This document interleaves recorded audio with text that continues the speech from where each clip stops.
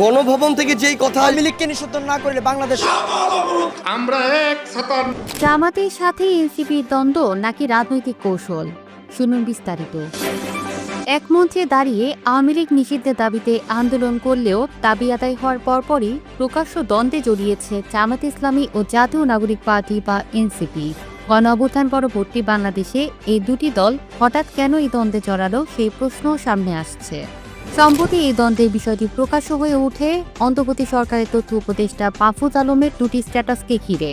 ওই দুটি স্ট্যাটাসের মধ্যে একটি স্ট্যাটাস দেওয়ার কয়েক মিনিটের মধ্যেই সেটি সরিয়ে ফেললেও অনলাইনে তার স্ক্রিনশট ছড়িয়ে পড়ে। উপদেষ্টা মাহফুজের পোস্টের পর এ নিয়ে এনসিপি ও তাদের ছাত্র সংগঠন বাংলাদেশ গণতান্ত্রিক ছাত্র সংসদের নেতাদের অনেককে এ নিয়ে সামাজিক যোগাযোগ মাধ্যমে পোস্ট দিতে দেখা গেছে। একই সাথে আওয়ামী লীগ নিষিদ্ধের দাবিতে কর্মসূচিতে গোলাম আজমের নামে স্লোগান দেয়া নিয়ে সমালোচনা করতেও দেখা গেছে। একই মঞ্চে আওয়ামী লীগ নিষিদ্ধের দাবিতে আন্দোলন করা দুটি দল হঠাৎ কেন প্রকাশ্য বিরোধে জড়ালো, কিংবা এটি বিরোধ নাকি রাজনৈতিক কোনো কৌশল, সেই প্রশ্ন উঠে এসেছে। ঘটনাটি যেভাবে শুরু হয়, গত বৃহস্পতিবার রাতে আওয়ামী লীগ নিষিদ্ধের দাবিতে এনসিপি নেতা হাসনাত আবদুল্লাহর নেতৃত্বে আন্দোলন শুরু হয় প্রধান উপদেষ্টার বাসভবনের সামনে। ওই রাতেই একে একে আন্দোলনে যুক্ত হয় ছাত্র শিবির, হেফাজতে ইসলাম, ইসলামী আন্দোলন সহ বেশ কিছু রাজনৈতিক ও ছাত্র সংগঠন। আন্দোলনের পরিসর রাতেই বড় হলে গভীর রাতে যোগ দেয় এনসিপির আহ্বায়ক নাহিদ ইসলাম সহ দলটির শীর্ষ নেতারা। এই কর্মসূচিতে জনসমাগম বাড়তে শুরু করলে পরদিন শুক্রবার বিকেলে অবস্থান কর্মসূচির স্থান পরিবর্তন করে শাহবাগে নিয়ে যাওয়া হয়। এনসিপির একজন শীর্ষ নেতা বিবিসি বাংলাকে জানান, আওয়ামী লীগ নিষিদ্ধের দাবি জমায়েত কর্মসূচি শাহবাগে স্থানান্তর হওয়ার পর সেখানে ইসলামী ছাত্র শিবির, ইসলামী আন্দোলন সহ বেশ কিছু সংগঠনের নেতাকর্মীদের উপস্থিতি বেশি ছিল। এনসিপির ওই নেতা আরও জানান, শাহবাগে জামাতের সব আমির গোলাম আজম সহ বেশ কয়েকজন নেতার নাম ধরে বিতর্কিত কিছু স্লোগান ও জাতীয় সঙ্গীত হওয়ার সময় বাধা দেওয়ার ঘটনাও ঘটে। পরে সেই বিষয়গুলো সামাজিক যোগাযোগ মাধ্যমেও ছড়িয়ে পড়ে। যেহেতু এই আন্দোলনটি এনসিপি নেতা হাসনাত আবদুল্লাহর নেতৃত্বেই শুরু হয়েছিল, ওইসব নেতিবাচক কর্মকাণ্ডের বিষয়গুলো সামাজিক যোগাযোগ মাধ্যমে বেশ সমালোচিত হয়। এনসিপির কেন্দ্রীয় একজন নেতা নাম প্রকাশ না করার সত্ত্বেই বিবিসি বাংলাকে বলেন, এনসিপি মধ্যপন্থার রাজনীতিতে বিশ্বাসী, কিন্তু যখন অন্য কোনো সংগঠনের নেতিবাচক কর্মকাণ্ডের দায়ে এসে এনসিপির ওপর পড়ে তখন সংগঠনের ভাবমূর্তি ক্ষুণ্ণ হয়। এই নিয়ে এনসিপি নেতাকর্মীদের অনেককেই এক ধরনের সংকটের মধ্যেও পড়তে হয়। এনসিপি সদস্য সচিব আক্তার হোসেন বিবিসি বাংলাকে বলেন, গণতন্ত্রে মতপার্থক্য থাকবে, কিন্তু সেগুলো কোনোভাবেই দেশের স্বার্থের জন্য ক্ষতিকর না হয় সেটা নিশ্চিত করাটা রাজনৈতিক দলগুলোর কর্তব্য। তিনি বলেন, ৭১ মুক্তিযুদ্ধ নিয়ে আওয়ামী বয়ান থেকে যেমন নিস্তার চাই, একই সাথে সেই সময় জামাতের নেতৃবৃন্দ ও দলগতভাবে জামাতের যে অবস্থান সেটাই স্পষ্ট ব্যাখ্যাও আমরা চাই। মাহফুজ আলমের স্ট্যাটাস ঘিরে আলোচনা বিতর্ক। আওয়ামী লীগ নিষিদ্ধের দাবিতে টানা আন্দোলনের মুখে শনিবার রাতেই জরুরি বৈঠকে বসে অন্তর্বর্তী সরকারের উপদেষ্টা পরিষদ। বৈঠকে আওয়ামী লীগের কার্যক্রম নিষিদ্ধের কথা জানানো হয় অন্তর্বর্তীকালীন সরকারের পক্ষ থেকে। আওয়ামী লীগের কার্যক্রম নিষিদ্ধের পর তথ্য উপদেষ্টা মাহফুজ আলম তার নিজের ভেরিফাইড ফেসবুক অ্যাকাউন্টে একটি স্ট্যাটাস দেন।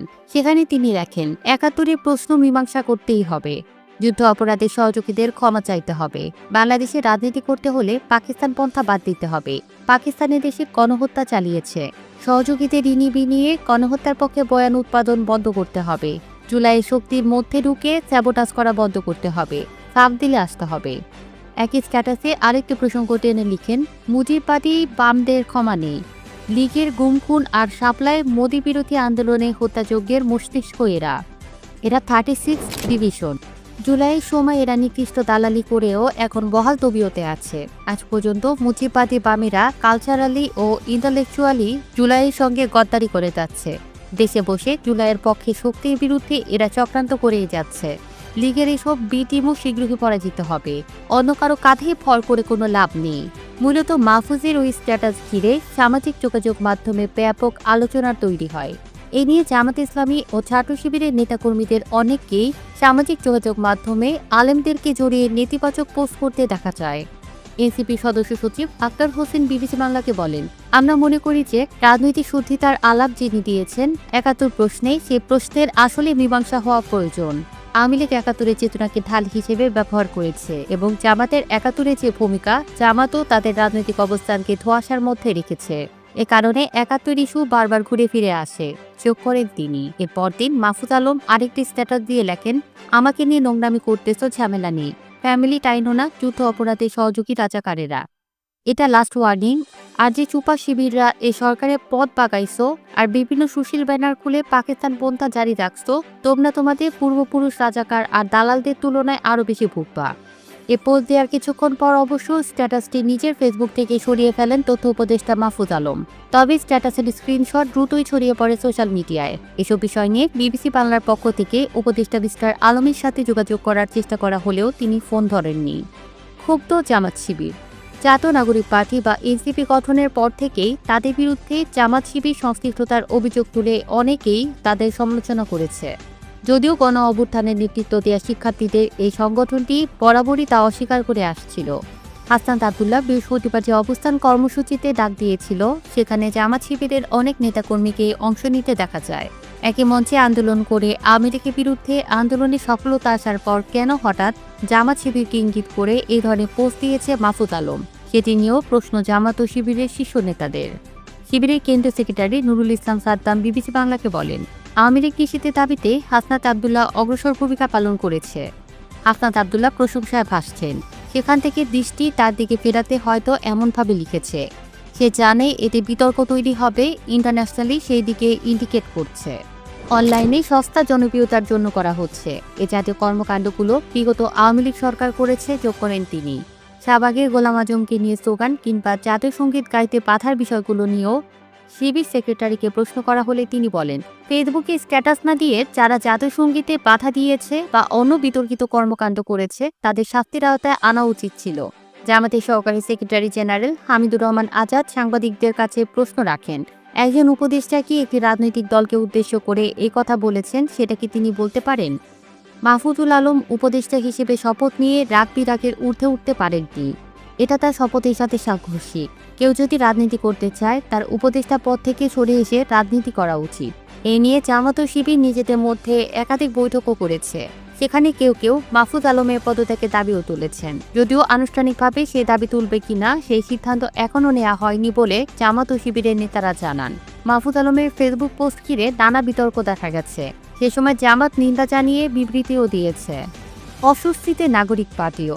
জুলাই আগস্টের আন্দোলনে নেতৃত্ব দেওয়া শিক্ষার্থীদের নিয়ে জাতীয় নাগরিক পার্টি বা এনসিপি দলটি গঠনের পর থেকেই জামাত ইসলামী বা ছাত্র শিবিরের সাথে এক ধরনের রাজনৈতিক মিত্রতাও ছিল। আওয়ামী লীগের নিষিদ্ধের দাবিতে একসাথে আন্দোলনও করেছে জামাত শিবির। এছাড়া শেখ হাসিনা সরকার পতনের পর এই দুটি রাজনৈতিক শক্তির মধ্যে বিভিন্ন ধরনের মিত্রতাও ছিল। শনিবার জামাত ইস্যু ঘিরে উপদেষ্টা মাহফুজ আলমের স্ট্যাটাস ঘিরে দল দুটির মধ্যে এক ধরনের টানাপোড়েনও তৈরি হয়। এনসিপির কেন্দ্র কমিটির কেউ কেউ জামাত ইস্যুতেই উপদেষ্টা মাহফুজ আলমের স্ট্যাটাস ঘিরে যে সমালোচনা তৈরি হয়েছে তা নিয়ে অস্বস্তির কথাও সাংবাদিকদের কাছে বলেছেন। সোমবার এনসিপি সিনিয়র যুগ্ম মুখ্য সমন্বয়ক আব্দুল হান্নান মাসুদ তার ভেরিফাইড ফেসবুক অ্যাকাউন্টে লিখেন, এমন বিভাজন আর বিভক্তি কারো জন্য কল্যাণ বয়ে আনবে না। ফেসবুকে পোস্ট দেওয়ার মাধ্যমে যে বিভক্তি কিংবা বিভাজনকে আপনারা উস্কে দিচ্ছেন এর পরিণতি পুরো জাতিকেই ভোগাবে। শুধুই বলবো আপনারা ফাঁদে পড়েছেন অথবা অজান্তে নিজেরাই নিজেদের জন্য ফাঁদ তৈরি করছেন। এনসিপির পক্ষ থেকে সোমবার একটি বিবৃতি দেওয়া হয়েছে। সেখানে জামাত ইসলামীর নাম অন্তর্ভুক্ত না হলেও মুক্তিযুদ্ধ প্রশ্নে দলের অবস্থান স্পষ্ট করেন। বিবৃতিতে বলা হয়েছে, যারা 1971 সালে এই জনপদে মানুষের জনযুদ্ধের বিরুদ্ধে অবস্থান গ্রহণ করেছিল এবং যাদের বিরুদ্ধে গণহত্যায় সহযোগিতার অভিযোগ রয়েছে, আমরা চাই তারা নিজেদের সুস্পষ্ট রাজনৈতিক অবস্থান জাতির সামনে ব্যাখ্যা করে জাতীয় সমঝোতা ও ঐক্যকে সুদৃঢ় করবে এবং 24-এর গণ অভ্যুত্থানের জন আকাঙ্ক্ষাকে বাস্তবায়নে সহযোগিতা করবে। এনসিপির একাধিক নেতার সাথে কথা বলে জানা গেছে, উপদেষ্টা পরিষদে থাকলেও দলের নেতাদের ওপর মাহফুজ আলমের প্রভাব রয়েছে, যে কারণে তার ওই ফেসবুক স্ট্যাটাসের পর দলের পক্ষ থেকে আনুষ্ঠানিকভাবে বিবৃতিও দেওয়া হয়েছে। দলটির সদস্য সচিব আক্তার হোসেন সাংবাদিকদের বলেন, জুলাইতে আওয়ামী লীগের গণহত্যার বিরুদ্ধে ফ্যাসিবাদ বিরোধী সবার মধ্যে যে ঐক্য হয়েছিল সে ঐক্য চলমান অবস্থাতেই আছে। কিন্তু রাজনৈতিক দলগুলোর মধ্যকার নিজস্ব মতাদর্শ, নিজস্ব রাজনীতি ও মত ভিন্নতা, সেটা গণতন্ত্রের চর্চার জন্য সুস্থভাবে যদি হয় তাহলে সেটাকে সাধুবাদ জানানো উচিত। তবে এটিও বলেছেন যে এর অর্থ এই নয় যে সকল রাজনৈতিক বিতর্ক প্রশ্নে সকল রাজনৈতিক দলকে একই সুরে কথা বলতে হবে। রাজনৈতিক কৌশল নাকি দ্বন্দ্ব?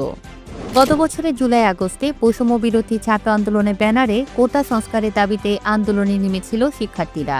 আন্দোলনের মুখে শেখ হাসিনা সরকারের পতনের পর বাংলাদেশের রাজনীতিতে বেশ গুরুত্বপূর্ণ হয়ে দাঁড়ায় বৈষম্য বিরোধী ছাত্র আন্দোলন। আওয়ামী লীগ সরকার পতনের পর অন্তর্বর্তীকালীন সরকারি উপদেষ্টা পরিষদের অংশ হন ছাত্র প্রতিনিধিরাও।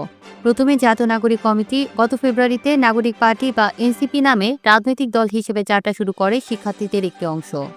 দল গঠনের পর থেকেই কয়েকজন নেতার নেতিবাচক কর্মকাণ্ড ঘিরে শুরুতে কিছু সমালোচনার তৈরি হয়।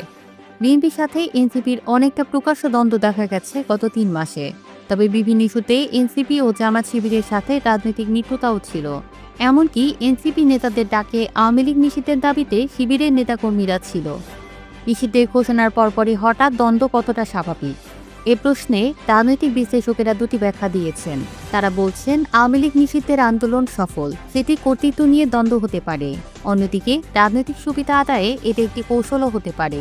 বিশ্লেষক মঈনুদ্দিন আহমদ সাংবাদিকদের বলেন, আওয়ামী লীগ নিষিদ্ধের দাবিতে আন্দোলনে কর্তৃত্ব নিয়ে জামাত শিবির ও এনসিপির মধ্যে রশি টানাটানি ছিল, যেখানে দুই দলের থেকে কিছু মতপার্থক্য হয়েছে। মুক্তিযুদ্ধ ইস্যুতে দুই দলের অবস্থানগত কারণে এই দ্বন্দ্ব হতে পারে বলে মনে করেন তিনি।